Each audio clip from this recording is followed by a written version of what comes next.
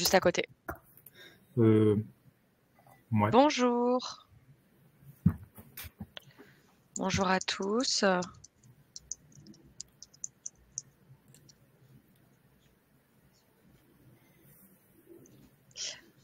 On attend juste que Pauline, vous nous entendez bien?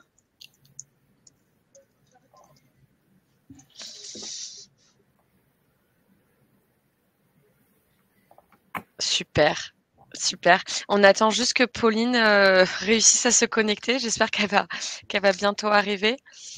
Comme ça, après, Pierre pourra prendre la parole. Ah.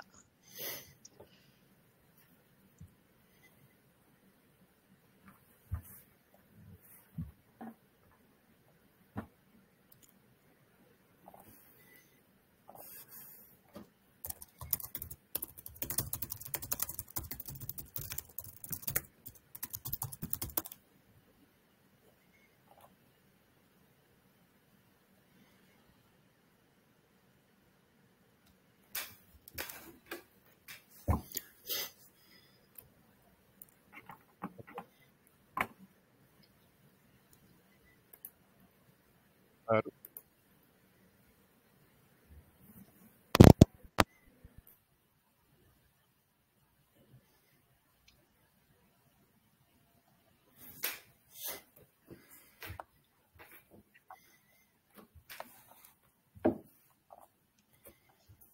Bon, Pauline a Allô. des difficultés à se connecter. Bonjour, bonjour Yann, tu nous entends? Oui, très bien. Vous m'entendez? Ouais, très bien. Du coup, je vais introduire cette session et Pauline nous rejoindra après. Donc du coup, cette formation a été menée dans le cadre de la commission PME Finance dans le cadre de la FPC. Et en fait, il y a une grosse volonté de la FPC d'avoir une formation sur les financements privés. Donc, on va avoir plusieurs sessions de formation qui vont se dérouler tout au long de l'année, sachant que la première étant celle-ci, on va faire un premier focus avec Claire et Yann du cabinet FRS Consulting sur le financement public. Donc déjà avoir un overview de ce qui se passe aujourd'hui. Et ensuite, dans un deuxième temps, on aura un deuxième cabinet qui interviendra sur le financement privé. Ce sera Paul Bougnou de la société Largelière Finance. En attendant, on est ravis d'avoir la DGE présente avec nous. Et Pierre, je t'en prie, pour faire le petit mot d'introduction, je te laisse la parole. Ouais. Merci. Alors, c'est la première fois que j'interviens devant vous. Donc, en fait, j'ai rejoint il y a un mois l'équipe de la DGE qui est en charge de l'écosystème d'innovation. Et je vais prochainement remplacer Vincent Deschamps sur un certain nombre de ces sujets, dont le suivi des pôles de compétitivité. Alors, je découvre pas les pôles, puisque j'ai eu plusieurs fois l'occasion de travailler avec eux. Ça a commencé dès 2007 avec Lyon Biopôle, que j'ai suivi pendant 4 ans lorsque j'étais en direct. Et puis ensuite, j'ai eu l'occasion de travailler avec BioValley, Eurobiomed, Avenia et plus récemment Polyméris. Donc voilà, pour moi, ce nouveau poste, c'est un peu l'occasion de mieux connaître tous les autres pôles. Donc, comme vous le savez, la DGE est particulièrement intéressée et impliquée dans cette formation.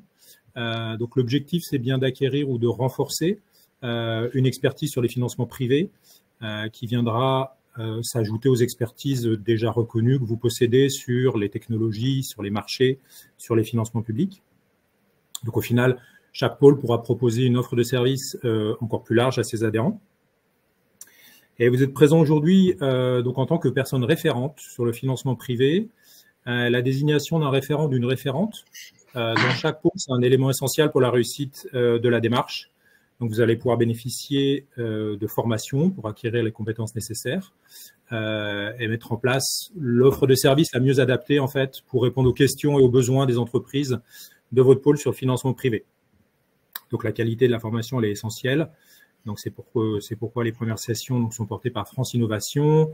Puis viendra, si je dis pas de bêtises, France Angels pour aller un petit peu plus loin. Et on est en train de travailler pour que France Invest puisse aussi intervenir un peu plus tard. Donc, on vous encourage vivement à suivre l'ensemble du cycle de formation. Et je vais profiter de cette occasion pour évoquer le sujet du projet d'organiser dans les prochains mois à Bercy un événement de rencontre entre vos entreprises et les fonds privés. Donc cet événement, il a un double objectif, c'est à la fois de créer des opportunités pour vos entreprises, évidemment, mais aussi de mettre en lumière le travail des pôles sur ce sujet. Donc, bon, la situation politique actuelle est compliquée, nous donne pas beaucoup de visibilité sur le calendrier, mais en tout cas, nous, on a la volonté de continuer à avancer sur ce projet pour se tenir prêt le moment venu. Donc, je me permets un petit rappel par rapport au questionnaire que Vincent Deschamps a envoyé il n'y a pas longtemps aux directeurs et directrices de pôle. Donc, c'était pour identifier les potentielles entreprises participantes. Donc, vos retours sont essentiels, évidemment, pour le dimensionnement et la réussite de l'événement. Donc, je vous remercie de faire au mieux pour répondre, si possible, à ce questionnaire d'ici la fin du mois de juillet. Voilà, pour terminer, il ne me reste plus qu'à vous remercier à la fois pour votre participation à ces formations, pour votre implication future en tant que référent ou référente, financement privé de votre pôle. Et puis, je voudrais aussi remercier la FPC et les intervenants, voilà, pour tout le travail d'organisation, de préparation de ces formations. Et je vous souhaite un excellent webinaire. Merci. Merci beaucoup, Pierre. Claire, je t'invite Claire Yann, je vous invite à commencer sur la partie financement public. Donc, si vous avez des questions, n'hésitez pas à les poser dans le chat. Surtout, n'hésitez pas, il n'y a pas de mauvaises questions. Et comme ça, Claire et Yann pourront y répondre juste après. On va partir sur 30 minutes d'intervention de Claire et Yann. Et ensuite, on aura 15 minutes de questions-réponses. Ouais. Très bien. Claire, et bon, on va débuter. Merci pour cette introduction. Alors, donc, nous, donc, avec mon collègue Yann, voilà, on fait partie du cabinet FRS Consulting, qui est spécialisé dans le montage de projets pour répondre à des appels à projets au niveau national, régional et européen, donc des appels à projets de financement public. Donc là, on va vous parler uniquement du financement public. Donc, il y aura les aides directes avec les subventions. Et puis, je laisserai Yann vous parler plutôt des aides indirectes, donc avec la fiscalité de l'innovation et notamment le montage de dossiers crédit impôt recherche. L'idée, là, c'est de vous donner quelques grands principes pour monter les projets et puis les informations de base à donner à vos adhérents quand ils recherchent un appel à projet adéquat pour leur projet. Donc, on va commencer par les aides directes avec le financement via subvention au niveau national et au niveau européen. Alors, donc en fait, on a des grands programmes de financement, que ce soit au niveau national ou au niveau européen, qui vont permettre d'arriver aux objectifs que s'est fixé la France et la Commission, et l'Europe à horizon 2030. Donc, c'est les grands objectifs en termes d'environnement, de social, de santé, d'agroalimentaire. Donc, ce programme en France, il s'appelle le programme France 2030 et il est opéré par plusieurs opérateurs qui vont chacun détenir des thématiques bien spécifiques. Et en fait, ces thématiques vont être divisées en appels à projets. Donc, du coup, Claire, oui. allô? Oui, je oui. me permets de te couper. En fait, la presse, tu peux la mettre en plein écran, s'il te plaît? Ouais, elle est en plein écran, là. Vous la voyez pas en plein écran? Oui, vous la voyez en plein écran? Oui, là, c'est mieux. Là, c'est mieux. D'accord. Donc, bon, là, elle n'est plus en plein écran sur mon ordinateur. Ok, bon, je poursuis. Donc, ces appels à projets, ils sont divisés en thématiques et chaque opérateur au niveau France et au niveau européen opère des thématiques bien spécifiques. Donc, par exemple, on a BPI France qui va plutôt opérer les thématiques liées au numérique, à la technologie, donc plutôt comme l'intelligence artificielle, le big data. Et le BPI France va aussi opérer les thématiques santé, un peu agroalimentaire. L'ADEME, elle, c'est l'agence de l'environnement, donc que vous devez sûrement connaître. Elle va opérer les thématiques liées à l'environnement, à l'énergie, à la décarbonation des sites industriels depuis quelques années.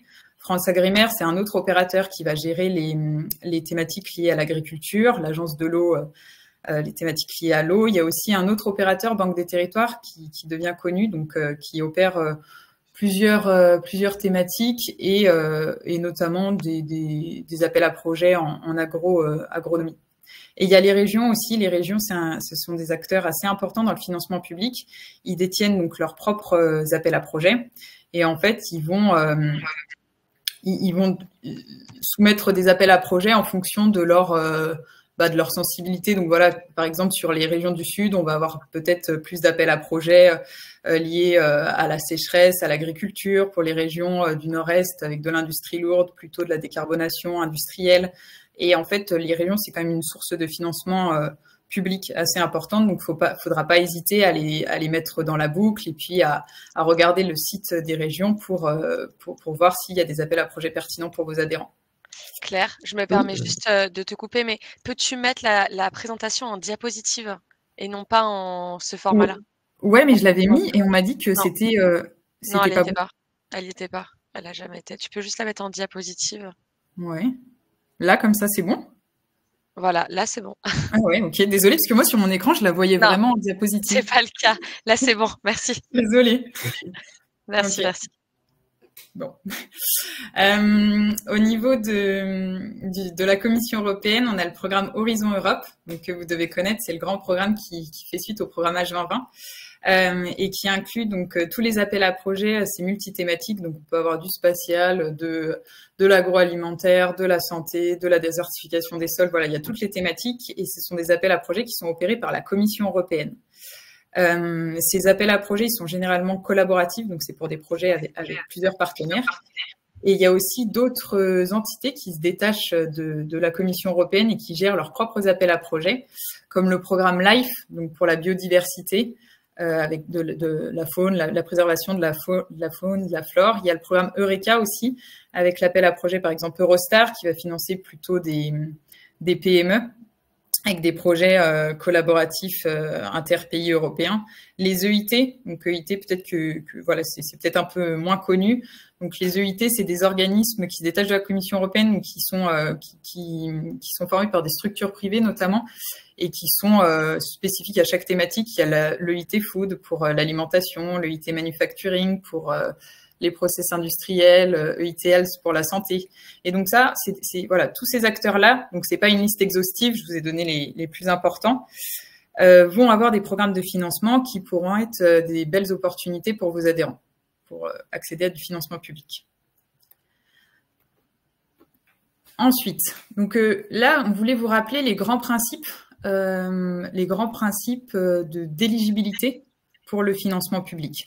La première chose, c'est les dépenses éligibles. Donc, il y a des règles bien spécifiques pour ces dépenses. Au niveau national, il y a en fait des régimes d'aide et chaque régime d'aide va financer des dépenses bien particulières. Vous, je pense que vous aurez plutôt l'opportunité de travailler sur des régimes RDI, enfin le régime RDI, donc c'est le régime recherche, développement, innovation, qui va financer donc le projet d'innovation de votre adhérent. Et en fait, ce régime d'aide va venir financer plutôt le salaire interne à l'entreprise pour développer son projet, donc de la ressource humaine. Et ce salaire, ça sera du salaire chargé de personnel, donc il y aura ça sera du personnel technique, les chercheurs, les ingénieurs, les techniciens. Il peut avoir du salaire de communication, marketing, un peu de commercialisation, mais on se rend compte de plus en plus qu'ils sont sortis de l'assiette de financement à la fin. Donc là, c'est vraiment un salaire de personnel qui va travailler au développement technique du produit. Il y a les frais connexes. Donc les frais connexes, ça revient dans tous les appels à projets de financement public. C'est un montant forfaitaire, ça peut être des dépenses de personnel ou d'équipement. Ou d'équipement, en fait, ça dépend vraiment de l'appel à projet. Et aussi du niveau de financement, si c'est au niveau national ou européen, ça sera différent. C'est vraiment un montant qu'on rajoute pour les frais d'environnement, pour les bureaux, l'électricité. Voilà. Il y a les coûts de sous-traitance. Donc, on a droit d'ajouter de la prestation. Enfin, le porteur du projet a droit de faire appel à des prestataires, mais il faut faire attention que ça soit pas trop élevé. En France, généralement, la limite est de 30% maximale des coûts totaux du projet. Au niveau européen, vous avez moins de limitations, mais il faut quand même faire attention parce que le financement public va venir financer l'entreprise, enfin les ressources humaines de l'entreprise porteuse du projet, pas de son prestataire. Il y a la contribution aux amortissements. Dans le régime recherche, développement, innovation, on va financer l'amortissement de l'équipement au prorata de l'utilisation dans le projet. On finance pas souvent l'investissement total. le CAPEX total de l'équipement. Il y a les frais de mission, donc c'est les frais de déplacement. Vous pouvez avoir des frais de déplacement. Il y a les autres coûts, donc ça, c'est les consommables non amortis. Je vous ai mis une ligne en dessous, donc c'est la ligne investissement parce que de plus en plus, notamment depuis la crise du Covid, on voit apparaître des appels à projets qui financent de l'investissement. Donc ce sont d'autres régimes d'aide. Et en fait, là, on peut faire financer la construction d'usines. Par exemple, il y a des appels à projets comme l'appel à projet qui est connu là du monde, c'est le Résilience Capacité Agroalimentaire qui est opéré par BPI France. Et on va venir financer des usines dans le domaine de l'agroalimentaire. Et donc là, vous pouvez faire financer toute la construction de l'usine et toute la mise en place des process industriels. Donc c'est assez intéressant pour peut-être les petites entreprises, mais qui ont vocation à devenir des acteurs industriels. Les taux de financement. Donc là, je vous mets juste les taux de financement au niveau national, parce que si vous comprenez ça, après, au niveau européen, c'est un peu moins compliqué. Au niveau national, en fait, l'aide publique, elle va dépendre du type d'entreprise. Donc, si c'est une petite entreprise, une entreprise moyenne, une grande entreprise, de la classification de la dépense. Donc, si c'est de la recherche industrielle ou du développement expérimental, on y reviendra après pour vous expliquer quelle est la différence entre les deux, et du caractère collaboratif du projet. Donc, en fait, là, vous voyez à l'écran, c'est le tableau des financements, enfin des taux de financement du régime recherche, développement, innovation. Donc, c'est les taux maximum que peut accéder l'entreprise en fonction de sa catégorie sur les appels à projets qui sont liés à l'innovation. Sachant que chaque appel à projet peut varier au niveau des taux de financement, donc il faut bien regarder le cahier des charges avant. Et du coup, on voit que pour la petite entreprise, ça peut aller jusqu'à 80% si le projet est collaboratif, et puis ça va baisser en fonction de la taille de l'entreprise. Donc, sur les grandes entreprises, on peut aller jusqu'à 65%, qui est déjà élevé. Ce qu'il faut aussi retenir dans le financement public, c'est que l'aide publique, elle est souvent divisée entre de la subvention et de l'avance remboursable. Donc ça, c'est une notion qui est peut-être moins comprise et qu'il faut quand même mettre en avant auprès des adhérents, parce qu'on peut être souvent surpris après, quand on voit la convention de financement, il y a un taux d'aide, donc vous présentez un budget, vous avez un taux d'aide sur ce budget, et sur cette aide publique, il va y avoir une partie en subvention, c'est de l'argent qu'on donnera au porteur du projet, qu'il n'aura pas à rembourser. Donc ça, c'est à peu près 2/3 généralement. En revanche, il y aura une partie en avance remboursable, donc c'est de l'avance de trésorerie qui devra rembourser si le projet est mené à bout et si la technologie est vendue, enfin le nouveau produit est vendu. Et donc, au premier euro de chiffre d'affaires, il devra rembourser à l'opérateur financeur.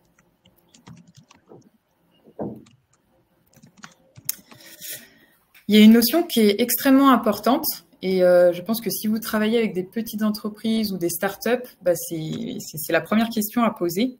C'est quels sont les fonds propres de l'entreprise. En fait, en France, au niveau national, les organismes publics peuvent financer dans la limite des capitaux propres de l'entreprise, qui représente donc un plafond pour tous les financements. Donc voilà, je dis que la notion est souvent mal comprise et pourtant elle est fondamentale pour obtenir des subventions. C'est la première chose à regarder. En fait, les fonds propres, ils apparaissent noir sur blanc sur le bilan comptable de la société si elle a déjà clôturé un exercice. Il s'agit de la ligne capitaux propres. Donc, il faut regarder, donc, au début de l'entretien avec vos adhérents, il faudra regarder ce niveau de fonds propres. Donc, c'est les ressources financières qui appartiennent à l'entreprise et à ses actionnaires, par opposition avec les financements externes provenant de tiers, les prêts, les subventions et autres financements. Donc, ça, il faut regarder parce qu'en fait, en France, on va financer on dit toujours 1 euro d'aide pour 1 euro de fonds propres. Et donc, ça vous permettra d'aiguiller vos adhérents vers les appels à projets qui conviennent plus à leur niveau de fonds propres, en fonction du montant d'aide qu'ils pourraient obtenir.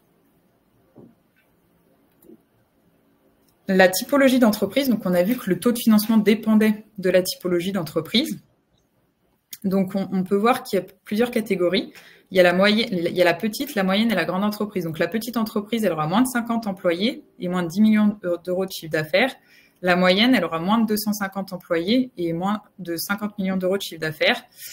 La grande entreprise, c'est supérieur à 250 personnes et puis on excède 50 millions d'euros en chiffre d'affaires. Et il y a aussi une autre catégorie, je ne l'ai pas mis sur la slide, je le rajouterai peut-être après, c'est les entreprises de taille intermédiaire. Et donc là, on a moins de 2000 personnes, il me semble. Et attention, il y a aussi une erreur qu'on commet peut-être souvent, c'est il faut prendre en compte l'effectif consolidé et les comptes consolidés, le chiffre d'affaires également.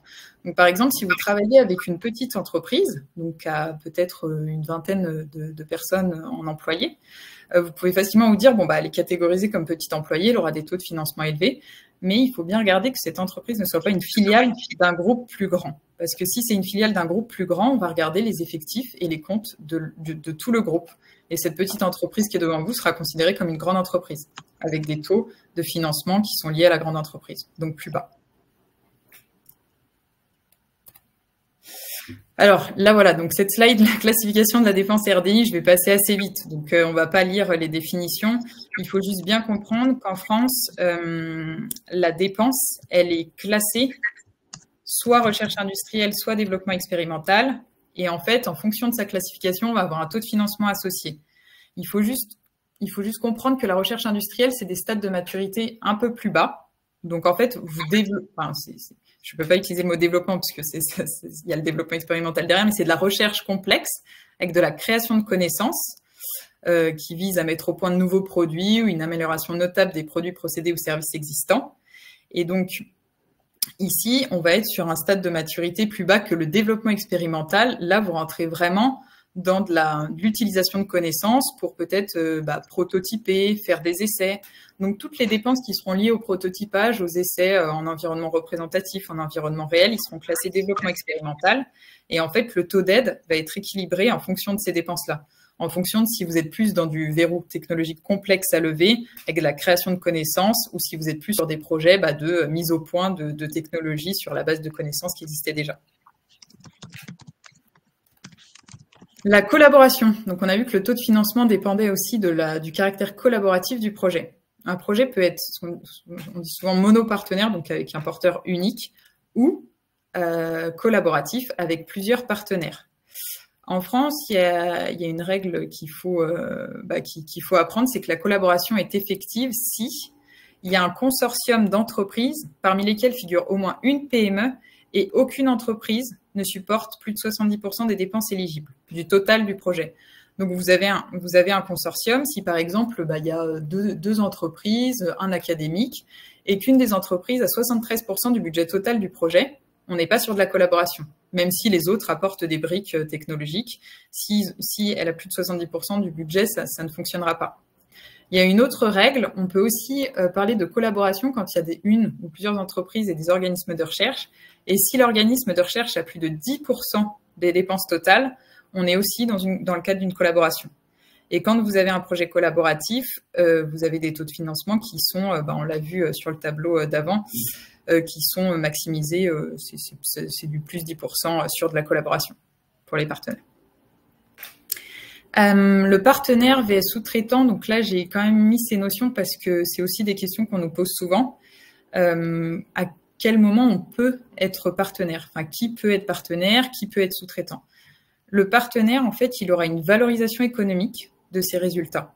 Enfin, il pourra, par exemple, s'il développe une brique technologique et qu'il la vend derrière avec un business plan associé, un nouveau marché, des nouveaux clients, là, c'est le partenaire. Il a un budget à part entière, il signe l'accord de consortium, donc l'accord juridique qui va lier le partenariat, parce que derrière, en fait, il valorise des résultats.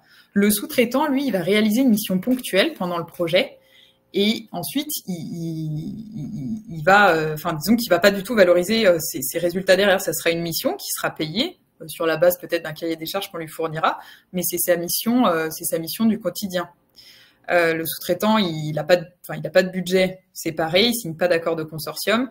Et en fait, on peut vite voir la différence entre un sous-traitant et un partenaire en se disant que le partenaire, il aura autofinancé, puisque le financement public, on finance jamais à 100%, il devra autofinancer une partie du projet, de ses dépenses. Donc en fait, si il n'a pas d'intérêt à financer, on peut se dire tout de suite, c'est un sous-traitant.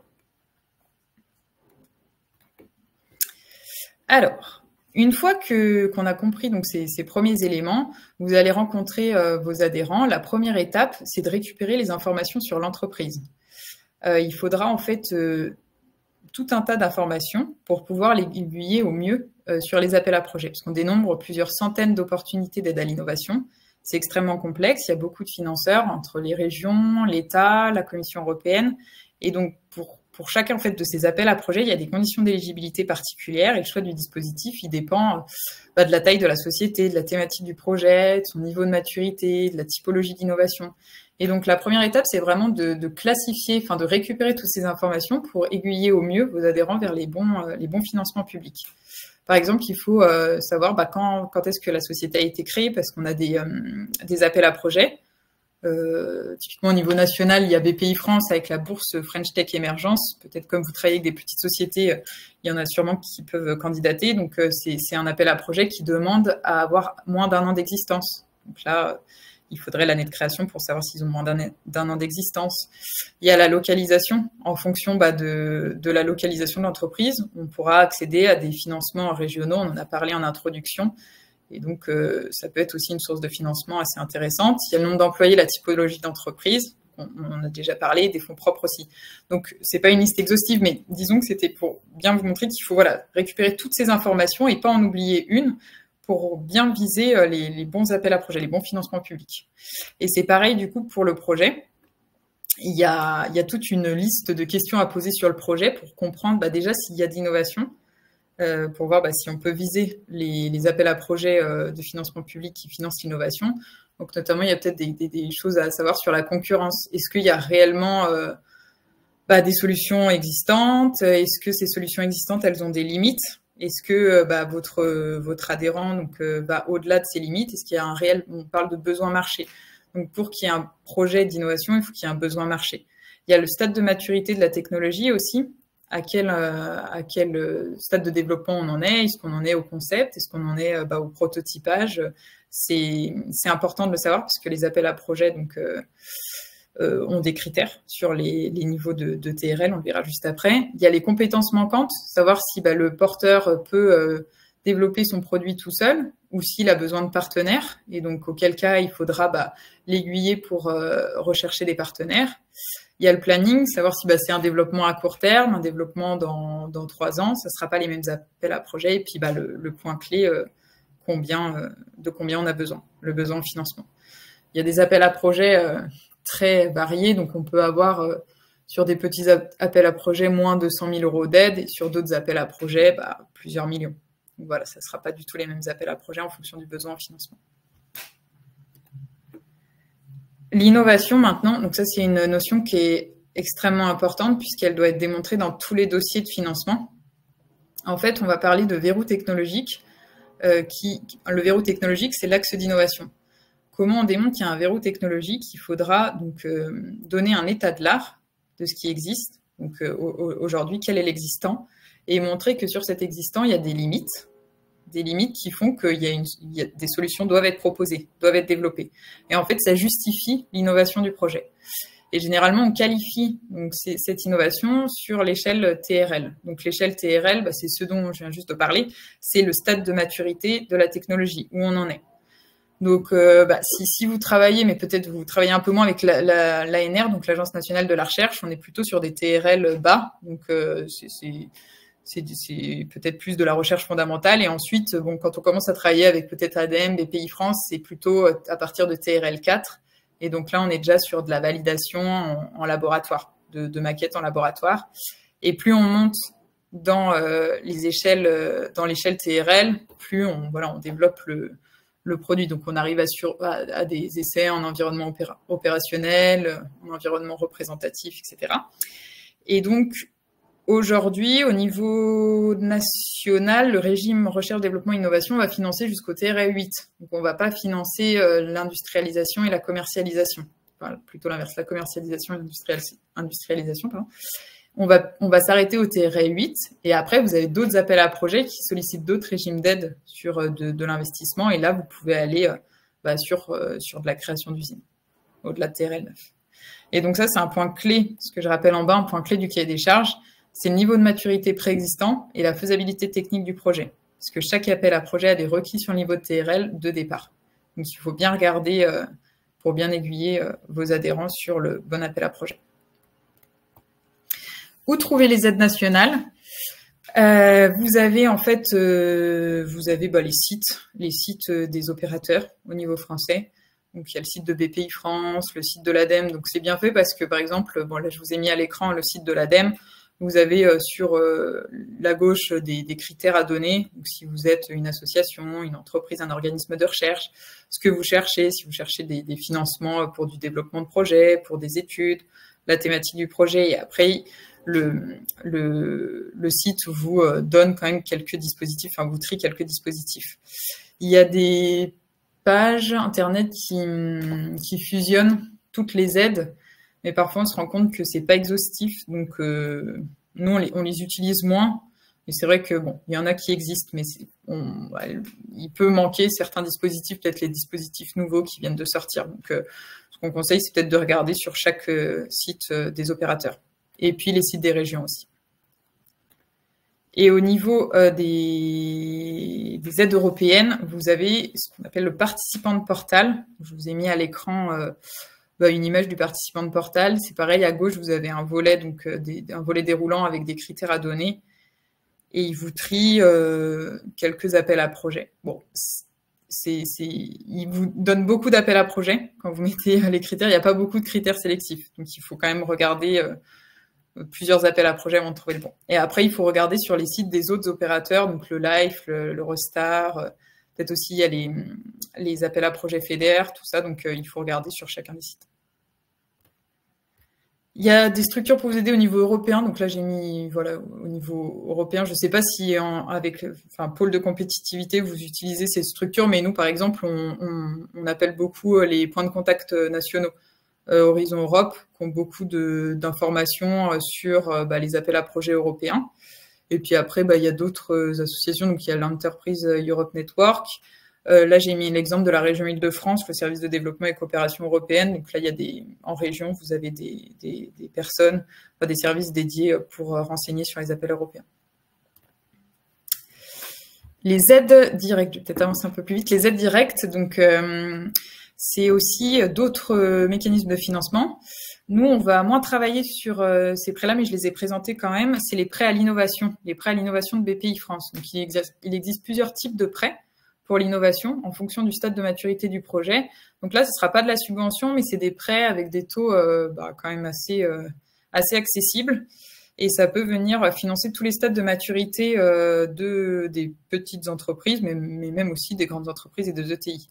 Donc, vous avez par exemple le prêt innovation R&D classique qui va venir financer des projets d'innovation technologique. Vous avez le prêt innovation qui finance des dépenses liées au lancement industriel et commercial. Et puis, il y a un nouveau prêt qui est sorti à l'innovation, c'est Nouvelle Industrie, qui finance les dépenses matérielles et immatérielles, l'accroissement de BFR lié aux démonstrateurs industriels d'usines pilotes, toute création d'une nouvelle usine. Donc, ça, c'est intéressant. Enfin, je sais qu'on le propose à nos clients, et ça reste quand même des conditions très intéressantes. Et voilà, ils traitent eux directement avec BPI France là-dessus. Et il y a le prêt aussi que j'ai pas cité, le prêt d'amorçage qui est plus connu sur les prêts à l'innovation de BPI France. Et les aides indirectes, donc la fiscalité d'innovation, je vais laisser la parole à mon collègue Yann. Merci Claire. Bonjour à tous.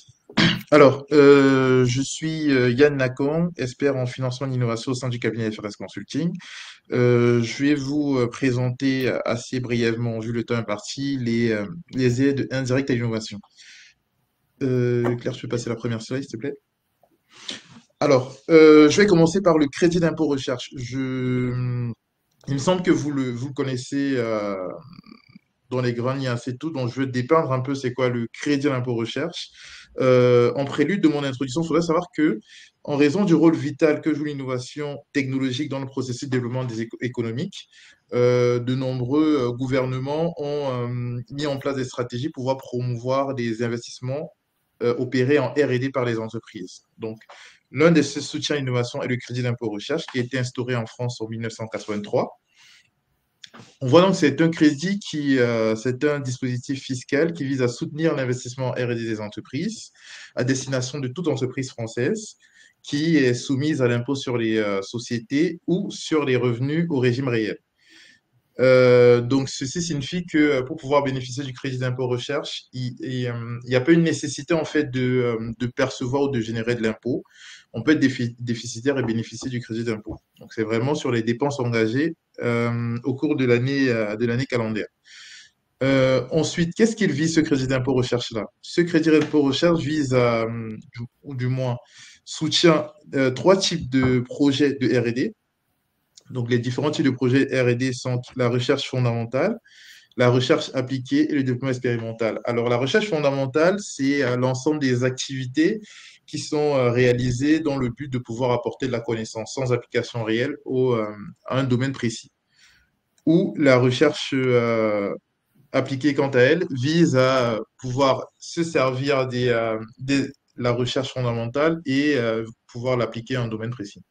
Et le développement expérimental, qui est celui qui est le plus en plus réalisé en entreprise, où on se base sur les connaissances universitaires pour pouvoir l'appliquer à nos domaines, aux différents domaines opérés par les entreprises. Comment est-ce que ce crédit d'impôt se matérialise? Alors, ce crédit d'impôt-là, c'est un crédit d'impôt qui qui égale à 30% des dépenses de R&D engagées par les entreprises jusqu'à 100 millions d'euros. Et au-delà, on va sur un taux à 5%. Ces dépenses de R&D-là représentent notamment des dépenses de personnel, donc c'est les salaires de chercheurs et ingénieurs qui participent aux opérations de recherche. Donc, comme Claire l'a souligné, c'est les salaires, sur ces salaires-là, c'est des salaires bruts chargés. Donc, c'est les salaires, y compris les primes et l'ensemble des postes et dépenses qui participent à la recherche. Ensuite, les dépenses de sous-traitance. Alors, les dépenses de sous-traitance, c'est l'ensemble des dépenses qui sont opérées par un sous-traitant. Ici, l'exigence, c'est qu'il faudrait que le sous-traitant soit agréé CIR, pour pouvoir bénéficier justement pour que le donneur d'ordre puisse bénéficier du crédit d'impôt sur ces factures-là. Nous avons également des dotations aux amortissements. Donc là, on prend en compte dans l'assiette du crédit d'impôt du bien matériel acquis ou créé, donc acquis à l'état neuf ou créé, dans le but de pouvoir, qui est comptablement amorti. Voilà. Et on a des frais de fonctionnement qui, pour le coup, sont forfaitaires. Donc, ça s'appuie sur les dépenses de personnel, notamment 43% des salaires et 75% des dotations d'amortissement. Et enfin, des dépenses de veille technologique et de normalisation. Donc, pour le calcul du crédit d'impôt, donc la base de l'assiette de calcul, donc on va additionner l'ensemble de ces dépenses-là. On va appliquer un taux de 30%. Sur l'ensemble de ces dépenses, on ne faudrait pas oublier à déduire si l'entreprise y bénéficie des aides et subventions dont a parlé Claire dans le cadre d'un projet qui sera mené à être subventionné. Donc, je reprends la question de Victor. Et effectivement, on peut cumuler les aides directes et indirectes. Une fois qu'on perçoit des aides directes, et quand on récupère du crédit d'impôt, il faudra déduire justement la part des aides sur le crédit d'impôt recherche pour éviter le double financement. Et enfin, quand est-ce qu'on déclare le crédit d'impôt? Le crédit d'impôt est déclaré en même temps que le dépôt de l'alias du solde d'IS, donc soit dans les 3 mois et demi après la clôture de l'exercice fiscal. Alors, l'exercice de l'exercice comptable. Alors, sauf particularité pour les entreprises qui clôturent au 31 décembre. Là, on a un mois supplémentaire, donc elles le déclarent au 15 mai. C'est tout bon, Claire, tu peux passer à la slide suivante. Ok. Alors, du coup, ensuite, je vais vous présenter le crédit d'impôt innovation. Alors, le crédit d'impôt innovation, lui, il a été instauré pour le coup par la loi de finances de 2013, qui vise à soutenir des investissements en innovation, voilà, des entreprises. Et pour le coup, il complète le crédit d'impôt recherche et s'adresse uniquement aux PME au sens communautaire. De ce fait, les projets qui sont mis en avant, ce sont des projets de conception de prototypes ou d'installation pilote et produits nouveaux. Donc ici, là, contrairement au crédit d'impôt recherche, on va positionner les travaux par rapport à un marché. Donc l'idée, c'est de voir vraiment le produit qu'on développe, qu'on met en place sur le marché, comment est-ce qu'on le positionne par rapport à la concurrence. Donc, dans ce cas de figure-là, c'est un dispositif qui vise depuis la loi de finances 2022, sur l'exercice 2023, à bénéficier, il est porté à 30% au lieu de 20% comme il était les années précédentes. Donc, il est porté à 30% comme le CIR et il est plafonné à 400 000 euros. Donc, ce qui fait que l'entreprise peut aller récupérer jusqu'à 120 000 euros de crédit d'impôt innovation. Alors, contrairement au crédit d'impôt recherche, on a deux typologies de dépenses qui ne sont pas prises en compte, notamment les frais de fonctionnement qui ont été supprimés par la loi de finances de 2022, ainsi que les dépenses de veille et de normalisation. Donc, sinon, la set de dépenses reste la même, ainsi que la date de déclaration des crédits d'impôt. Alors, j'en profite pour répondre à la question de Valentin. Alors, pour vérifier en fait que les dépenses de R&D sont effectivement des dépenses de recherche, il y a un premier niveau. Le crédit d'impôt, comme je l'ai dit, il est déclaratif. Donc, c'est-à-dire que une fois qu'on a terminé, on a clôturé l'exercice, on déclare ses montants via le CERFA 2069 ASD ou la 2573 pour le demande de remboursement. Alors, généralement, l'administration fiscale va adresser une demande d'information. Donc, une demande d'information. Dans le cas de cette demande d'information-là, l'entreprise a une obligation de tenue documentaire pour pouvoir constituer un dossier justificatif dans lequel, justement, est décrit les efforts de R&D réalisés au cours de l'année. Donc, effectivement, ce sont les dépenses à justifier. Alors, je crois qu'on a encore un petit peu de temps pour répondre à la question de Thibaut. Alors, les définitions de R&D et d'innovation. Alors, Claire l'a souligné assez brièvement dans ces slides. Alors, concernant la R&D, c'est un projet qui, généralement, au sens d'une manuel, si on s'appuie sur le manuel Frascati, c'est un projet qui vise à lever un verrou, c'est-à-dire un verrou scientifique. C'est un projet qui a une incertitude forte quant à la réalisation quant au succès du projet. Et pour ça, l'entreprise s'appuie sur un état de l'art, donc sur l'ensemble des publications à disposition pour pouvoir voir si d'autres chercheurs dans le monde ont fait face à cette difficulté-là et quelles sont les approches qu'elles ont utilisées pour pouvoir lever ces verrous. Alors, dans le cas de figure où il n'y a pas l'entreprise ne trouve pas de solution à sa problématique de recherche, l'ensemble des démarches qu'elle met en place lui permet justement de bénéficier de ces crédits d'impôt recherche-là. Il faut savoir, c'est important de noter qu'il n'y a pas d'obligation de résultat. Un projet qui n'a pas abouti tel que souhaité par l'entreprise peut bien être valorisé au CIR tant qu'elle apporte de la connaissance. Contrairement au crédit d'impôt innovation, on se positionne plutôt dans un marché, comme je l'ai souligné.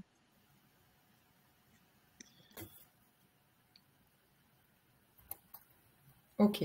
Voilà. C'est bon? Merci.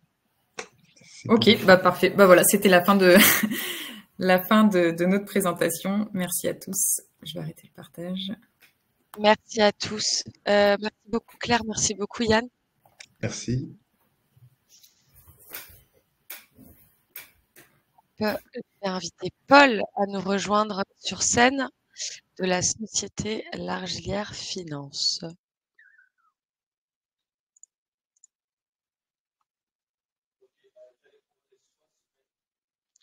Paul, tu as pu aujourd'hui? Oui, le prénom a été un petit peu étendu, mais c'est pas grave, les 4 premières lettres sont bonnes. C'est le principal.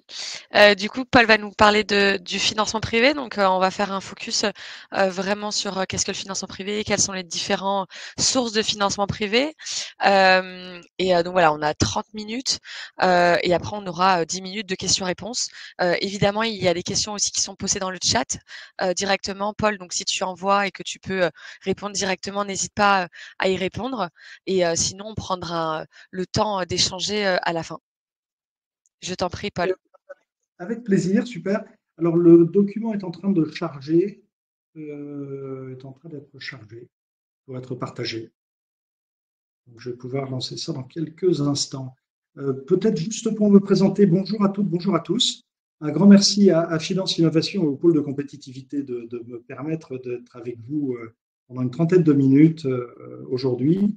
Je suis le président de l'Argilière Finance. Je m'appelle Paul Bougnou et je vais vous présenter en particulier ce que nous faisons en tant que banque d'affaires et bien sûr plus particulièrement parler des financements, en particulier auprès des investisseurs, sachant que voilà, le document est chargé. J'espère que vous le voyez bien tous.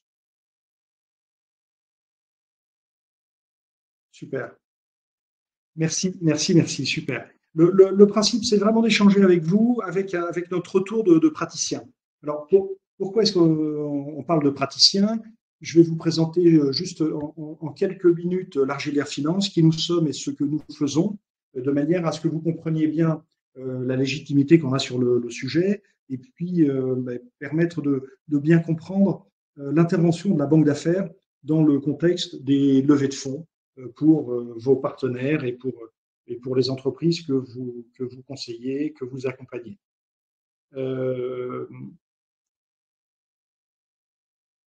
Peut-être, alors quelques mots. Nous sommes 35 professionnels. On est basé à Paris, à Lyon, à Nantes et on a un bureau à Bruxelles et un bureau à Genève. On a un beau réseau international également pour accompagner nos clients sur des opérations cross-border à l'étranger. On fait 25 à 30 opérations par an, ce qui est beaucoup. On est une des banques d'affaires indépendantes principales en France et on intervient sur une vision 360 degrés. On en reparlera un petit peu tout à l'heure, mais c'est important. Pas uniquement sur des levées de fonds, on intervient également sur des LBO, où là, il y a plutôt du capital transmission. C'est dans une maturité un peu plus lointaine par rapport aux entreprises jeunes, early stage. Et puis, on intervient beaucoup sur des opérations de M&A, c'est-à-dire des cessions d'entreprise ou des acquisitions d'entreprise. Et c'est souvent une alternative aux levées de fonds. On en parlera également tout à l'heure. Mais le fait d'avoir une vision 360 degrés, c'est extrêmement intéressant, extrêmement riche, et ça permet d'accompagner les entreprises un peu dans tous les moments de la vie de l'entreprise et de la vie de l'entreprise pour les actionnaires. Donc, comme vous le voyez, on intervient sur des cessions et des LBO, minoritaires, majoritaires, des carve-out, c'est-à-dire des sorties de groupes qui souhaitent sortir des branches d'activité ou des actifs. On intervient, c'est la même opération, mais de l'autre côté de la table, sur des acquisitions, ce qui permet à des entreprises de faire de la croissance à travers des acquisitions, donc de la croissance externe. Et puis, bien entendu, ce qui nous réunit aujourd'hui, levée de fonds et financement. En termes alors c'est important de bien connaître les secteurs. On intervient sur différents secteurs et au sein de l'entreprise, comme on est une grosse équipe, on est une des principales équipes en termes de nombre de collaborateurs en France. On a des expertises qui sont portées par des managers et par des banquiers plus jeunes, sachant que la tech et le digital doivent représenter à peu près 40% de notre activité. On intervient également sur les services financiers, mais dans les services financiers, on met les fintech, parce que ça vous parle particulièrement bien, en particulier à l'écosystème finance innovation. On intervient également sur des services B2B. Les services B2B, dans la tech, c'est les entreprises services numériques, les anciennes SS2I, qui ont vraiment un pied dans la tech, même si leur modèle économique est plus basé sur le conseil. Un point important, je pense que vous êtes tous très très au fait de ça, mais dans le M&A, dans les levées de fonds, on ne s'applique pas toujours à soi-même les éléments clés des évolutions de marché. Une grosse évolution du marché aujourd'hui, c'est l'ESG, bien entendu. Et comme vous le savez, il est indispensable d'avoir une bonne compréhension de tous ces éléments, parce que aujourd'hui, vous avez clairement des fonds d'investissement qui sont dédiés aux investissements dans l'ESG, quel que soit le secteur dont on parle, et qui vont accompagner les entreprises, soit dans l'émergence d'offres ou de business qui permettent d'améliorer, soit des entreprises qui sont sur des métiers plus traditionnels, mais qui ont besoin de financer leur transformation pour améliorer tous les critères ESG dans le cadre de leur politique RSE. On a une sensibilité très forte au sein de l'Argilière Finance parce que vous avez des fonds d'investissement, article 8, article 9, qui ne peuvent investir que dans des entreprises qui sont inscrites dans un mouvement de transformation basé sur des critères ESG. Et puis, vous avez des équipes d'investissement dont une partie parfois très significative pour les fonds article 9, qui sont vraiment les fonds dédiés aux investissements RSE, et dont les bonus sont très, très, très, très incentivés par le respect de ces critères et les évolutions dans des entreprises qui sont accompagnées par ces investisseurs. Au sein de l'Argilière Finance, on s'applique à nous-mêmes, bien sûr, tous ces sujets, et ça nous permet aujourd'hui de mettre en avant ces éléments-là. Alors, un point important sur l'ESG, c'est que vous avez aujourd'hui accès à des prêts bonifiés pour des entreprises, vous avez accès, et quelle que soit leur maturité, et que ce soit des entreprises tech, des startups ou des entreprises plus matures, et vous avez des entreprises qui, lorsqu'elles empruntent de l'argent, font le pari d'améliorer leur ancrage et de manière objective d'améliorer leurs notes sur les critères ESG. Et dans ce cas, ils ont accès à des prêts bonifiés, c'est-à-dire à de l'argent moins cher.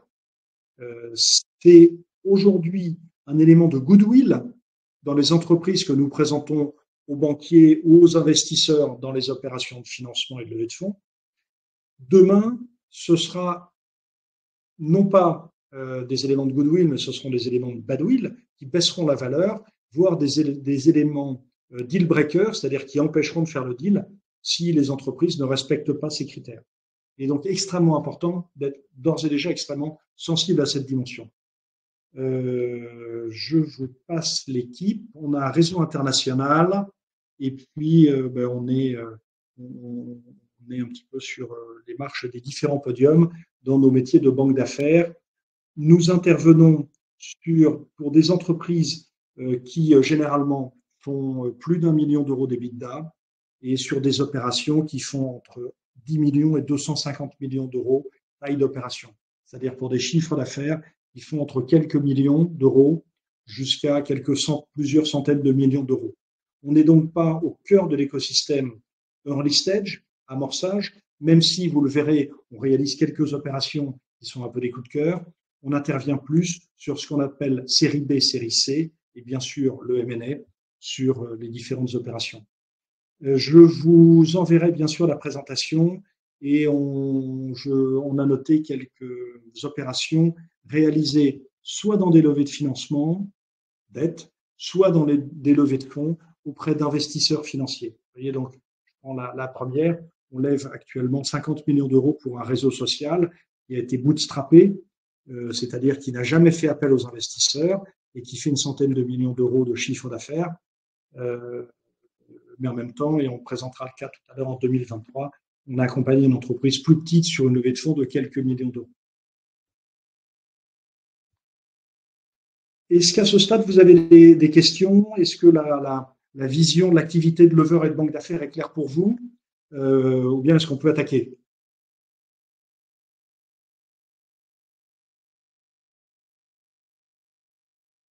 Bon, écoutez, je continue. Super, super, super. On peut attaquer. Merci Valentin. On y va. Merci Quentin.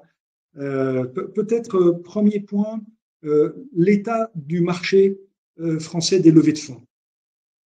2023, dont on a maintenant les chiffres, on le sait, a été une année mauvaise parce qu'il y a eu beaucoup moins de fonds levés par rapport à ceux qui étaient levés les années précédentes. Et surtout, on a une espèce de rupture de la courbe.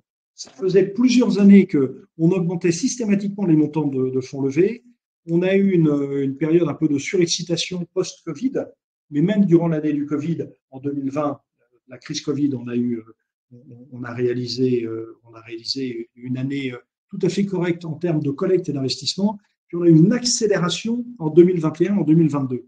Alors pourquoi est-ce que les levées de fonds étaient extrêmement dynamiques pour les startups? Tout simplement parce que les startups apportent des solutions qui sont des solutions généralement très ancrées dans la digitalisation. Et puis, comme on peut le voir, on a une accélération dans les green tech.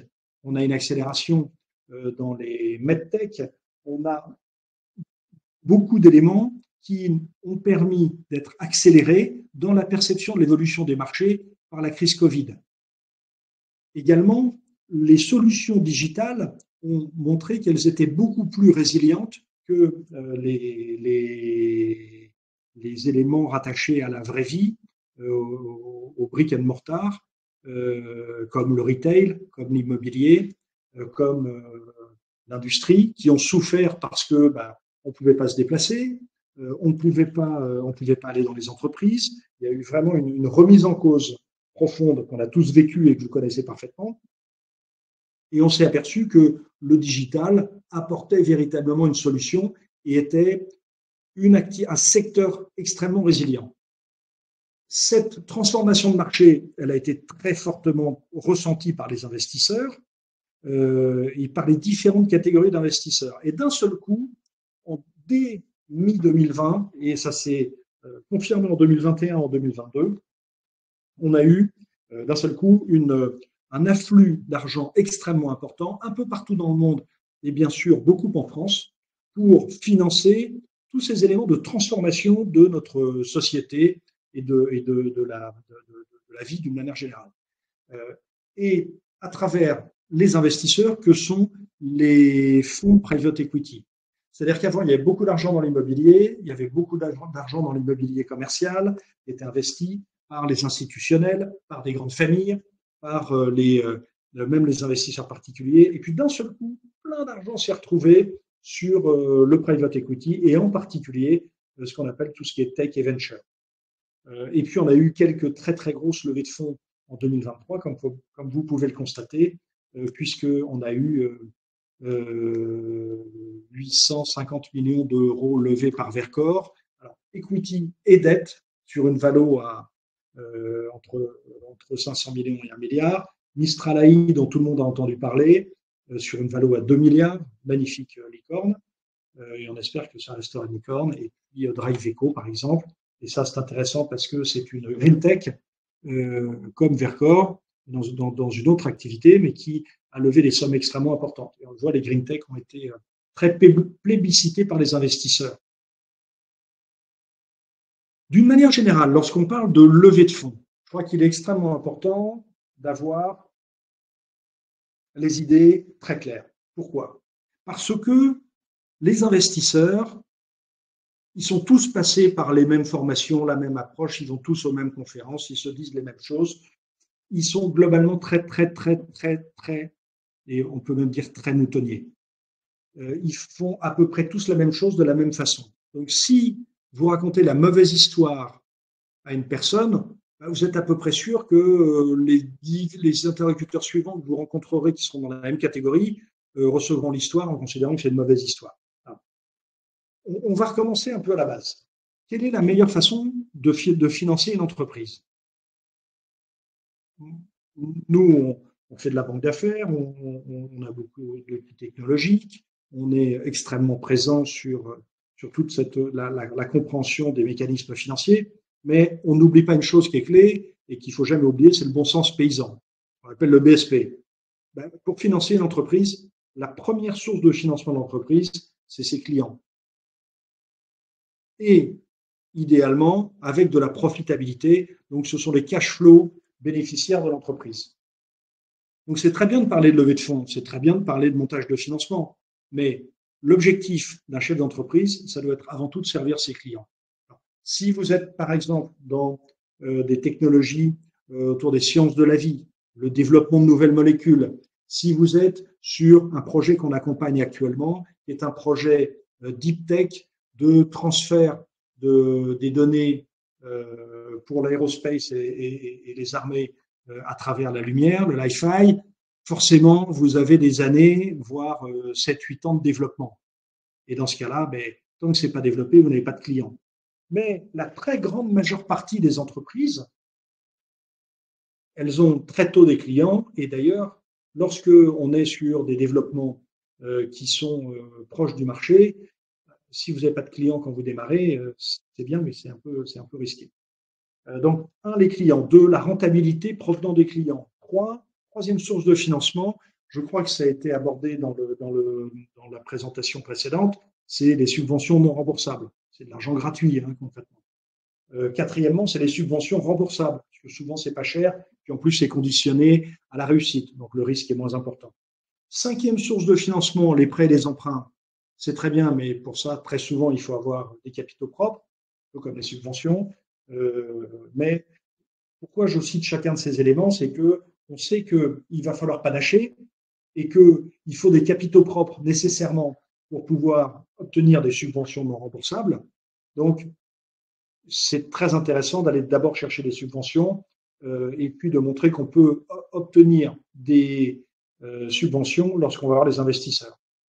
Le principe, c'est par exemple lorsque, si on respecte les minimi, on peut aller chercher 1 euro d'aide non remboursable pour 1 euro de capital. Ça veut clairement dire qu'un investisseur qui met 1 euro aura 2 euros d'argent mis au travail pour financer le développement de l'entreprise.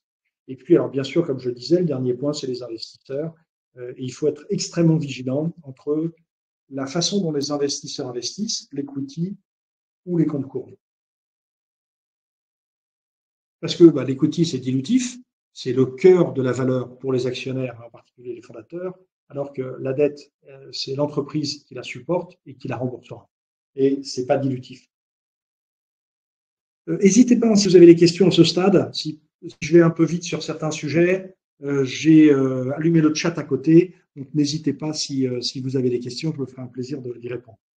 Quitte à vous dire que c'est un point qu'on abordera après. Deuxième, avant de parler de la typologie et des différents steps, des différentes étapes de levée de fonds, un truc qui n'est pas dans les manuels, mais qu'il faut toujours garder en tête. C'est, encore une fois, tous les investisseurs regardent la même chose. Et moi, ce que je voudrais fortement vous conseiller, c'est de garder toujours encore ce bon sens paysan, qui est de considérer qu'un investisseur va regarder 3 choses 2 fois. La première chose, il va regarder le marché. Aujourd'hui, si vous êtes sur la green tech, vous avez beaucoup plus de chances de lever de l'argent que si vous êtes sur les prop tech. Les prop tech, ça levait de l'argent il y a 4 ans, 5 ans. Et il y avait une appétence des investisseurs parce qu'ils se sont dit tout ce qui est autour de l'immobilier, tout ce qui est autour du bâtiment, tout ce qui est autour de la gestion, property management, tout ça, ça va évoluer très fort. Le digital est un disruptif et les startups vont beaucoup apporter dans cette évolution. Très bien. Mais aujourd'hui, c'est très difficile de lever de l'argent dans les prop tech. En revanche, vous l'avez vu sur la slide précédente, ce sont les green tech qui lèvent des montants de plus en plus importants. Pour quelles raisons? Un, on sait que les solutions green tech vont être onboardées par les entreprises. Donc, il y a un modèle B2B, un modèle B2C pour beaucoup d'entre elles. Et puis deuxièmement, c'est le moment de prendre des positions sur ce secteur. Donc, un premier élément regardé par les investisseurs, le marché. Deuxième élément, quel est le BP de l'entreprise, le business model et essentiellement le modèle de revenu de l'entreprise. C'est-à-dire, est-ce qu'on a véritablement la perspective d'avoir un marché profond? Est-ce qu'on a et que l'entreprise sera adressée avec ses moyens? Est-ce qu'on a la capacité de dégager sur chaque client de la rentabilité assez rapidement? Parce que tant qu'on vend à perte, il faut qu'on lève de l'argent. Donc, ça va être de l'argent gâché des investisseurs et ça va être de la dilution actuelle des fondateurs et futurs des investisseurs qui rentrent à ce tour. Donc, une observation toute particulière du modèle de revenu. Troisième point qui est regardé, donc 1, le marché, 2, l'entreprise. Troisième point clé sont les hommes. Moi, je me souviens d'avoir discuté avec un fonds d'investissement venture qui investissait des sommes considérables sur des projets très très tôt. Et une fois, ils m'ont dit, il y a une équipe super, ils faisaient des trucs, on n'a pas tout compris, c'était pas très clair. Et pourtant, les gars étaient très smart, les investisseurs. On dit, on ne comprend pas tout, mais on a trouvé que vraiment l'équipe avait une très très bonne façon d'aborder son marché. Ils étaient vraiment smart, très bosseurs. Ils avaient déjà fait des opérations avec des belles sorties pour des investisseurs sur leurs entreprises précédentes. On a mis de l'argent. Ils se sont cassés la figure. Alors, ils n'ont pas déposé le bilan, mais ils ont totalement arrêté ce qu'ils étaient en train de faire parce que ça ne marchait pas. En revanche, ils sont revenus nous voir en nous disant, je pense que on a compris le marché, on va pivoter, on aborde ça totalement différemment et on va changer, et on a remis de l'argent. Puis cet argent, on l'a perdu. Ils sont venus nous voir et comme on croyait vraiment en eux, on a investi sur eux, à nouveau, alors qu'on a perdu 2 fois de l'argent. Et on s'est dit là, on a tous perdu pour apprendre. Là, ils ont vraiment les idées extrêmement claires. Et là, on a gagné beaucoup d'argent parce que l'équipe était top. Donc, ce que je veux vous passer comme message ici, c'est que oui, tous les investisseurs raisonnent 1, le marché, 2, l'entreprise, 3, les hommes. La réalité, c'est que c'est 1, les hommes, 2, les hommes, 3, les hommes. Une bonne idée, ça vaut rien. Un projet sur le papier, ça vaut rien. Alors si vous avez les grands titres dans les Échos, ils vous expliquent que Mistral AI, c'est 3 gars formidables, ils ont fait Polytechnique, ils sont partis chercher de l'argent aux États-Unis, ils ont un parcours totalement incroyable. Le seul problème, c'est que vous avez une entreprise comme ça, elle fait les gros titres, fait rêver tout le monde, mais vous avez des dizaines de milliers de startups, de gars qui se battent tous les jours, qui font pas la une des journaux. Vous en avez certaines, elles font même pas de bruit, elles lèvent pas de fonds, uniquement financées par leur modèle économique et par leurs clients, d'autres qui lèvent des fonds à chaque tour. Au final, il n'y a qu'une seule vérité, c'est la qualité de l'équipe et l'implication de l'équipe. Et c'est vraiment ça que je veux vous faire passer comme message. Je vois une question de Valentin. Est-ce que vous pouvez nous donner des ordres de grandeur des montants de plus précis jusqu'à série C? C'est dans la slide suivante, Valentin. Dans les slides suivantes. Alors, après, je vous disais tout à l'heure, les investisseurs, ils veulent toujours qu'on leur raconte la même histoire. Mais parce qu'un investisseur qui fait du pré-seed, c'est pas un investisseur qui fait du seed, ou rarement, et en tout cas, c'est sûrement pas un gars qui va faire série B, la série C, du LBO. Vous pouvez avoir au sein de grands fonds d'investissement, c'est-à-dire au sein d'équipes de gestion importantes de plusieurs véhicules d'investissement, sous la même marque, des gens qui font les différentes tranches et les différentes catégories. Mais dans les faits, c'est pas les mêmes équipes. Et les mêmes équipes, elles n'écoutent pas les mêmes histoires. Donc, si vous allez voir un investissement qui fait d'early stage, parlez-lui de seed et de pré-seed, c'est très bien. Si vous allez voir un investisseur de LBO pour lui dire que vous voulez lever 3 millions d'euros pour faire pousser les carottes en l'air et que vous avez un super brevet, mais s'il est poli, il vous écoutera. Puis si il est un peu impatient, il ne vous écoutera pas du tout et vous aurez, perdu votre temps. Vous serez décrédibilisé parce que vous avez montré que vous ne connaissez pas votre environnement et le start-upper n'aura pas gagné des points. Je vais passer directement là, puis on reviendra après à la slide précédente. Qu'est-ce que la levée de fonds en pré-seed? La levée de fonds en pré-seed, comme vous le savez, c'est quelques centaines de milliers d'euros. Généralement, c'est du love money, ça veut dire que c'est la famille, c'est les amis, c'est les business angels, c'est bien sûr, et vous êtes au cœur de cet écosystème et vous en êtes les acteurs, c'est les incubateurs, les accélérateurs. Et on a en France une chance formidable, c'est d'avoir un écosystème, en particulier avec les clusters, avec les incubateurs, tout un écosystème qui permet de soutenir les entreprises. Et là, on ne parle pas que d'argent. On parle de soutien, on parle de conseil et on parle de légitimité. Parce que lorsqu'une entreprise va se présenter, et je ne vais pas en parler plus parce que c'est le cœur de votre quotidien, mais lorsqu'une entreprise vient se présenter en disant « je suis dans un accélérateur de l'État, je suis soutenu par Finance Innovation », et tout de suite, ce sont des coups de tampon qui sont des reconnaissances par le marché et qui sont extrêmement utiles pour aller voir les investisseurs, pour les étapes d'après, et même les clients, bien sûr, ou les partenaires. Love money, c'est très bien, mais c'est un risque émotionnel avec la famille, c'est pas très simple. L'autre jour, j'ai vu un garçon qui perdait ses moyens parce que il avait emprunté de l'argent à sa tante, à sa cousine, à sa nièce, qui avait parfois cassé des assurances-vie, des trucs. L'entreprise allait tout droit au dépôt de bilan. C'est compliqué pour ce garçon parce qu'il se retrouve très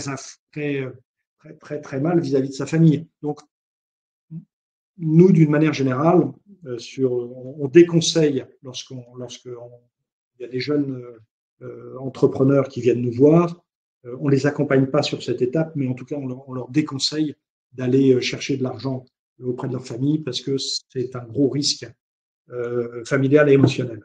Les business angels, alors, ils sont très bien. Moi, je suis business angel. Je suis dans 2 groupes de business angel, Impact Business Angel et Défense Business Angel.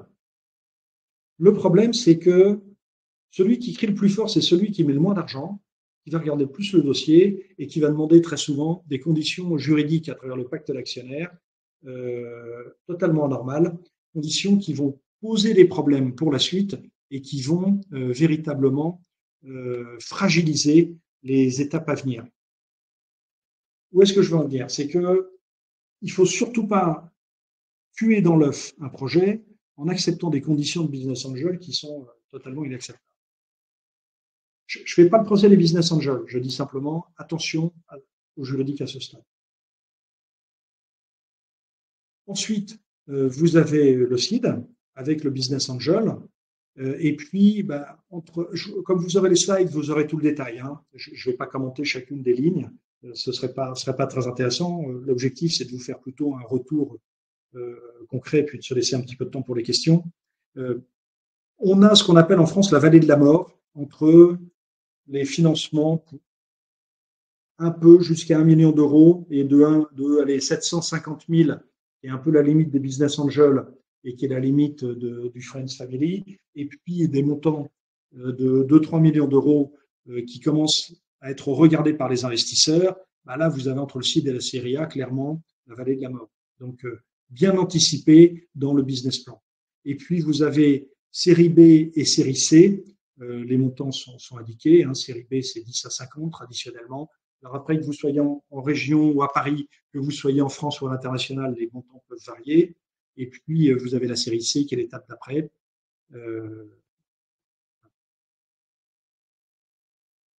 Bien sûr, ce qui est clé, c'est de toujours regarder par rapport à son chiffre d'affaires, la rentabilité et l'histoire telle qu'elle est présentée, sachant que souvent, quand vous allez lever de l'argent série B, vous retrouvez des gens qui vous ont vu en série A. Là, pour le coup, ça peut être les mêmes équipes et les mêmes. Je vous réponds tout de suite, Quentin, j'ai vu. Merci.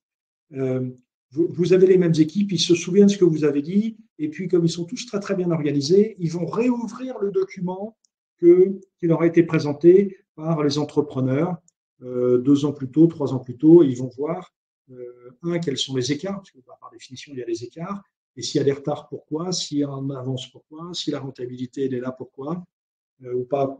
Donc, il faut avoir les idées claires. Sachant que, comme je vous le disais, je terminerai sur cette slide, vous n'allez pas voir les mêmes personnes selon le stade dans lequel vous êtes. Peut-être pour répondre à la question sur la vallée de la mort. La vallée de la mort, c'est comme ça. C'est mécanique. Les fonds d'investissement ont collecté tellement d'argent que la majeure partie d'entre eux ne regardent pas de dossier en dessous de 2,5 millions, 3 millions d'euros par ticket, par ligne. Pourquoi? La raison, elle est très simple. C'est que c'est mathématique. Quand vous voulez faire vivre une société de gestion, vous gérez de l'argent d'investisseurs. En dessous de 30-40 millions d'euros d'argent géré, vous ne couvrez pas vos frais parce que les management fees que la société de gestion, donc l'équipe de gestion, facture aux véhicules d'investissement, ne permettent pas de faire vivre l'équipe. Louer des bureaux, avoir un compliance officer, rendre des comptes à l'AMF, payer l'équipe d'investissement, l'équipe qui gère les lignes, etc., le site Internet, tout ça, c'est pas couvert. Et c'est vraiment un chiffre market practice en France. En dessous de 30-40 millions d'euros, c'est dur. Deuxième chiffre qu'il faut avoir en tête, c'est que un fonds d'investissement, un véhicule d'investissement, parce que on est souvent, quand on parle de fonds, on parle d'équipe de gestion, mais dans les faits, un fonds, c'est un véhicule. Et une équipe de gestion gère au début un véhicule, puis après, on gère plusieurs. Mais dans un fonds d'investissement, donc dans une poche d'investissement, vous investissez traditionnellement, sauf pour l'early stage, mais ça, c'est les petits montants. Quand vous investissez à partir de quelques millions d'euros, vous investissez traditionnellement entre 12 et 15 lignes. Pourquoi?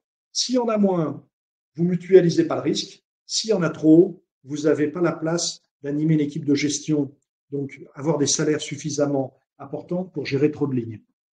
Voilà quel est le seul sujet qui fait que aujourd'hui, vous avez très peu de fonds d'investissement qui ont du mal à descendre en dessous de 2,5, 2, 3 millions d'euros d'investissement.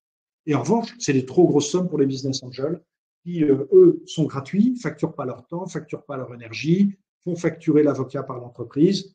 Eux, c'est gratuit, donc ils n'ont pas cette même approche. Question d'Anne-Cécile Payet. Alors là, vous me touchez beaucoup parce que je suis passionné par le sujet. Quel est votre avis sur les entreprises des secteurs défense ou aérospatial avec des technologies de forte rupture qui souhaitent lever des millions en phase de seed? À mon avis, c'est que c'est pas simple parce que lever des millions en seed, c'est très complexe. Et le seul sujet, ça va être la qualité de l'équipe. Est-ce que l'équipe a le track record pour justifier ça? Alors, il y a une excitation. ExoTrail a très bien montré la voie. Nous, on a levé de l'argent pour l'attitude. Donc, je connais bien le sujet. Mais c'est très difficile. C'est extrêmement concurrentiel. Extrêmement concurrentiel aujourd'hui. Mais en off, je veux bien échanger avec vous sur les sujets. Vous aurez, je crois, mon mail dans la présentation. Désolé de ne pas avoir répondu mieux que ça, mais je crois que c'est vraiment au cas par cas et c'est assez complexe. Je reviens à la slide que j'ai éludée tout à l'heure. Les étapes d'une levée de fonds, c'est quoi? On estime le montant à lever, donc c'est un BP.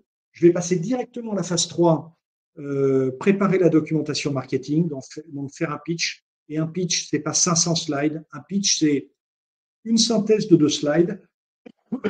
Et puis ensuite, surtout, une très bonne analyse du marché, du positionnement, et c'est une démonstration. Recherche potentielle d'investisseurs, ça c'est pas très compliqué, surtout sur le site. Vous avez plein de sites en ligne, vous avez plein de choses. Toutes les listes sont disponibles partout. La vérité, elle n'est pas là. Elle n'est pas dans la recherche. Elle est dans qu'est-ce que vous allez dire, quel va être le discours que les entrepreneurs que vous accompagnez, que vous accueillez, vont pouvoir donner comme histoire. Sachant que c'est une vente, une levée de fonds. Vous vendez un projet et vous demandez en contrepartie de l'argent. Puis après, il y a toute la partie fin de négociation et juridique, lettre d'intention et due diligence, et ensuite signing et closing. Le point important, valoriser la start-up. Alors, je suis toujours un peu partagé sur ce point-là. C'est très important que les fondateurs et les partenaires que vous pouvez être, que vous êtes, aient une idée claire de la valeur recherchée. Après, il faut proposer une valeur au marché, mais cette valeur, elle est extrêmement fluctuante. Moi, il y a un schéma que j'aime bien, qui est les introductions en bourse, où on parle de portefeuille.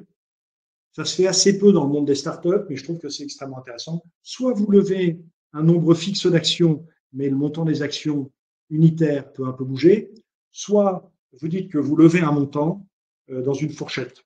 Et ça, dans ces 2 cas, vous pouvez finalement avoir un curseur pour aller dans un sens ou dans l'autre pour valoriser votre entreprise. Hop, je repasse sur les slides, série C. Un petit case study, et sinon il ne restera pas beaucoup de temps pour les réponses, qui est une entreprise qu'on a accompagnée dans le secteur du courtage. Donc là, on est dans l'InsurTech. On a levé 3 millions d'euros pour 100 expats en 2023. On les a accompagnés parce qu'on connaît très bien le secteur du courtage en assurance. On connaît très bien ce secteur de l'InsurTech et on avait une idée claire de qui pouvait rentrer et on a fait rentrer un investisseur financier et un investisseur corporate, donc Malakoff Humanis et Swiss Life, pour financer ce développement. Mais c'est une opération qui a pris 12 mois, que c'est assez long et c'est assez difficile. Et on a contacté 80 investisseurs. Voilà, la présentation est terminée. J'espère avoir été assez clair. Le principe, c'est clairement de vous donner un feedback sur la réalité. Parce qu'il y a plein de documentation sur les levées de fonds, il y a plein de livres. Si vous allez à la FNAC, vous allez trouver plein de choses formidables en ligne. Mais le principe, c'était clairement peut-être vous donner un petit feedback plus concret d'un praticien. Question, Sébastien, pouvez-vous nous donner des éléments sur les conditions de sortie des investisseurs? Alors, toute la réponse, elle est dans la question, et c'est super de la poser parce que j'aurais peut-être dû commencer par là. Un investisseur, par définition, s'il rentre, c'est pour sortir. Alors, présenté comme ça paraît un peu simplet, mais si vous avez compris ça, toute l'histoire, c'est de finalement raconter une histoire où l'entrepreneur, les fondateurs, les managers vont expliquer toute l'equity story qu'ils veulent à un moment pour permettre de sortir les investisseurs, bien sûr avec un multiple. Les sorties, elles sont traditionnellement de 3 types, mais après, ça doit être extrêmement panaché. De 3 types, c'est quoi? C'est vendre à un concurrent, vendre un fonds d'investissement ou vendre en bourse, c'est-à-dire l'IPO. Ce sont les 3 éléments de sortie. Sachant que les investisseurs early stage, la famille, les business angels et les petits fonds de départ, de seed et de petites séries A, très habituellement, comme ils viennent un peu mettre de la pollution dans la table de capitalisation, c'est-à-dire dans l'actionnariat, ils vont être sortis très souvent en série B, en série C, ce qui veut dire que lorsque vous faites la grosse sortie, toutes ces personnes-là ont déjà pris leur cash. Puis en plus, ils sont rentrés depuis plus longtemps, donc ils ont de bonnes raisons de déjà sortir. De votre point de vue, y a-t-il une évolution du fonctionnement stratégique des investisseurs ces dernières années, des changements notables à avoir à l'esprit? Dans le fond, ça ne change pas beaucoup. On pourrait se poser la question de l'IA, qui aide aujourd'hui beaucoup les investisseurs à instruire leurs dossiers et à trouver des cibles. Ça va être une transformation majeure pour les investisseurs et pour les leveurs. Dans les faits, à un moment, ce sont des hommes qui doivent convaincre. Mais tout ce qui est analyse technique sera regardé encore avec beaucoup plus d'attention par les investisseurs.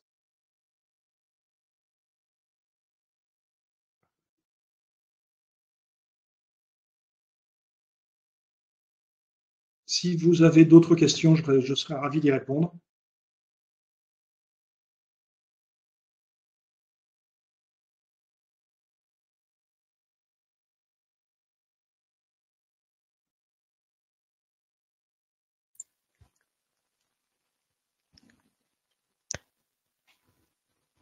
Peut-être une dernière question de Sébastien. Quel est votre avis sur les startups qui passent par des plateformes pour réaliser leur levée de fonds? C'est très bien. Le crowdfunding, c'est une très bonne chose. Tous les WeSeed et autres, c'est parfait. Et je trouve que c'est un élément supplémentaire. C'est une offre supplémentaire, à la fois pour les investisseurs sur des tout petits montants qui n'ont pas l'agilité, les réseaux des business angels, et puis également pour les entreprises qui vont trouver une alternative justement à ces business angels et aux friends and family. Les montants sont généralement très limités, c'est assez généralement déceptif, mais je trouve que c'est très bien d'avoir ça en plus. Et peut-être dernière question, si Lizzie m'autorise encore pendant quelques instants. Oui, vas-y. Si. France comparé à ses voisins européens, on a un très bel écosystème. Alors on entend toujours qu'aux US c'est très différent. Oui, parce que ça dégaine très vite, très fort. Alors vraiment la grosse différence avec les US, c'est que ça va beaucoup plus vite. Ça marche ou ça marche pas, et ça va beaucoup plus vite. Les montants peuvent être beaucoup plus rapides. Mais oui, parce que le point focal, c'est le Nasdaq, avec tellement de belles histoires. Mais on est sur un marché beaucoup plus important, et des valorisations plus importantes, et une financiarisation plus importante, et des entrepreneurs beaucoup plus impliqués, et des finances. Enfin, il y a plein de choses qui font que ça marche. Mais en même temps, aux États-Unis, quand vous merdez, vous faites couper la tête direct. Alors qu'en France, peut-être en Europe en général, il y a une culture un peu moins prédatrice, un peu moins dure. En Europe, alors parlons de l'Europe en général, en tant que continent, parce que je ne voudrais pas exclure le UK. Le UK est vraiment un territoire où il y a des sommes investies extrêmement importantes. On l'a vu jusqu'à il y a 2-3 ans avec des montants. Sur les 10 dernières années, par exemple, les montants investis dans les fintech au UK étaient 2-3 fois supérieurs aux montants investis en France, spécifiquement sur le secteur des fintech. Secteur extrêmement actif, avec une culture un peu européano-américaine, parce qu'il y a beaucoup d'argent des États-Unis qui arrive dans des véhicules d'investissement sur le UK. Donc finalement, le UK, on est un peu à mi-chemin entre l'Europe continentale et les États-Unis. Donc des sommes très importantes, beaucoup d'argent qui se déploie, souvent des belles valos, mais une culture européenne où on garde quand même un peu raison. Et puis en Europe, ben après, chaque territoire est très spécifique. Et pour parler du private equity en général en France, donc on va rajouter tout ce qui est capital transmission et même financement des infras, on est le premier marché européen. On a plus de 400 équipes d'investissement, toutes catégories private equity, donc dont le venture et le tech inclus. On est le plus beau territoire européen, donc beaucoup d'argent. Ah, on a perdu Paul. Il s'est déconnecté, j'ai l'impression. J'espère qu'il va pouvoir revenir. Ah, c'est bon. Ah, ça ressaute.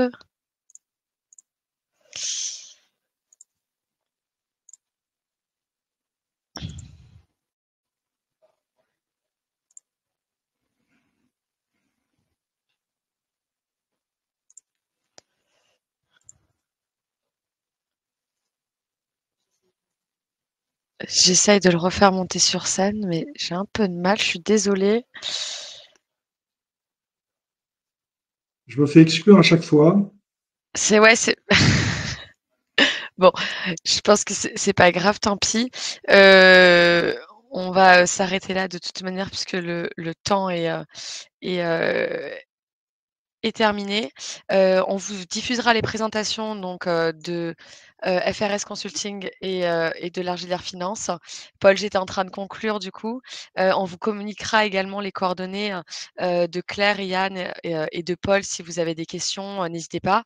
Merci beaucoup encore à Pierre Sorlier d'avoir été présent en introduction de cet événement.